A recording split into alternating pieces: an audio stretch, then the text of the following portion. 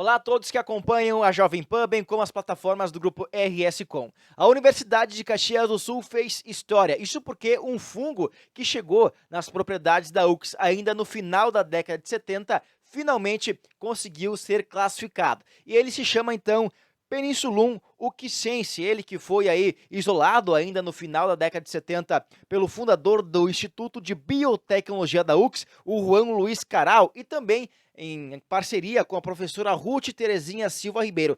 Desde aquela época, então, isolando o fungo, passou um bom tempo até que, então, os professores, bem como alguns doutores, conseguiram, de fato, fazer a classificação desse fungos. Entre os doutores formados está o Alexandre Rafael Lenz, também que durante o seu doutorado ele foi orientado pelos professores Aldo Dilon e também a Sheila de Ávila e Silva. Vale destacar que este trabalho foi feito em parceria com Caxias do Sul, também com pesquisadores da Holanda e também da Coreia do Sul. Agora a gente acompanha a entrevista do Aldo e também do Alexandre, que explica um pouquinho sobre esse processo de classificação desse fungos, que agora então foi classificado como Peninsulum uquisense. Aldo, na década de 70, quando esse fungos chegou aqui, como é que foi? Como é que foi parar nas dependências da UX? E qual que era o sentimento da missão que vocês tinham para o futuro em poder desenvolver todo esse projeto? Na verdade, existia uma larva comendo uma broca, comendo a madeira, entendeu? E esse fungo estava dentro do sistema digestivo da larva, tá entendendo?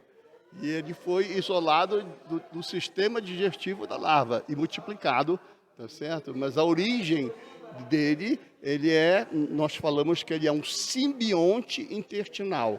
Na verdade, a larva precisa do fungo para ela sobreviver, entendeu? Ele quebra dentro da larva a madeira e produz açúcares, e a larva come esse açúcar. Essa identificação da nova espécie é uma tarefa bastante complexa, principalmente para mim, porque eu sou formado em ciência da computação, eu não sou da área de biologia. Eu fiz mestrado em inteligência artificial e resolvi fazer meu doutorado na biotecnologia para tentar voltar, fazer uma busca aos meus valores e tentar trabalhar com algo que fosse útil para a humanidade. Então eu resolvi trabalhar com um fungo que eu acabei comprando a ideia do professor Aldo, que é um fungo utilizado para a produção de biocombustível, que é o etanol de segunda geração, produzido a partir de bagaço de cana-de-açúcar. Então eu comprei a ideia de estudar o genoma desse fungo e entender como que a gente poderia fazer um melhoramento genético para usar esse fungo de maneira comercial. E aí eu vim para Caxias para fazer esse doutorado estudando esse fungo. O genoma desse fungo ele foi sequenciado e eu vim para estudar o genoma do fungo, identificar os genes, identificar como que funcionava a regulação dos genes para fazer o melhoramento genético dele. E aí, fazendo esse estudo do genoma, a gente identificou que o fungo estava classificado incorretamente, porque hoje a taxonomia de fungos ela é feita a partir da análise do DNA. Então, antigamente, lá na década de 90, essa taxonomia dos fungos ela era feita a partir de um olhar, a partir de fotos, a partir da morfologia. Então, a gente olhava o fungo e dizia, parece com essa espécie. Hoje não. Hoje a gente analisa o DNA para ter certeza das espécies. E aí eu identifiquei que era uma nova espécie. Mas aí a gente precisava caracterizar essa nova espécie. Quem faz isso? Aqui na UX não tinha ninguém especialista em identificação de nova espécie. A gente buscou no Brasil, a gente encontrou alguns pesquisadores com um pouco de experiência na Universidade Federal de Pernambuco, mas que não tinham equipamentos que são necessários e, principalmente, dinheiro para fazer as análises com microscópios e tudo mais. Então, a gente resolveu buscar o Centro de Excelência na Holanda para tentar uma parceria com eles para fazer essa identificação da nova espécie. Aí, em 2021, a gente enviou esse fungo para a Holanda. O pesquisador holandês conseguiu fazer a caracterização da nova espécie para a gente e, durante essa caracterização, a gente acabou identificando que existia linhagens da mesma espécie encontradas no ambiente marinho na Coreia do Sul.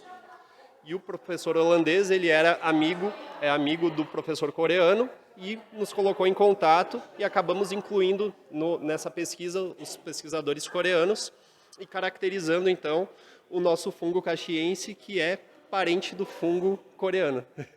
Então, temos um fungo, uma nova espécie de fungo que é distribuída mundialmente. Então, é uma espécie de fungo bastante importante para a ciência, porque ela é capaz de se reproduzir e crescer em diversos ambientes, não somente no ambiente marinho, como identificado na Coreia, mas também como endossimbionte, como simbionte de larvas de inseto, como foi a espécie identificada aqui em Caxias. A linhagem identificada aqui em Caxias foi isolada a partir de larvas de um inseto. Então, no trato intestinal das larvas do inseto, em 1979, o professor Carral identificou essa espécie aqui em Caxias.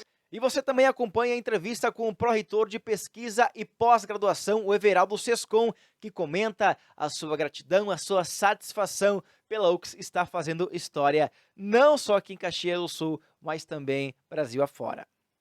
Olha, eu me sinto grato porque estou colhendo fruto de gerações e de muitas outras pessoas que me antecederam e nos antecederam. A UFSC completa 55 anos, né? 56 agora em fevereiro próximo.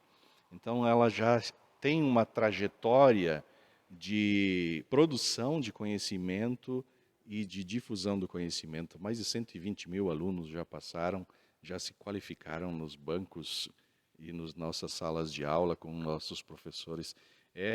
Eu diria, uma satisfação, de fato, muito enorme poder colher um fruto que foi semeado anteriormente por outros pesquisadores, outros professores. Destacando que você acompanha a matéria completa acessando leuv.com.br. Para a Jovem Pan, repórter Wellington Frison.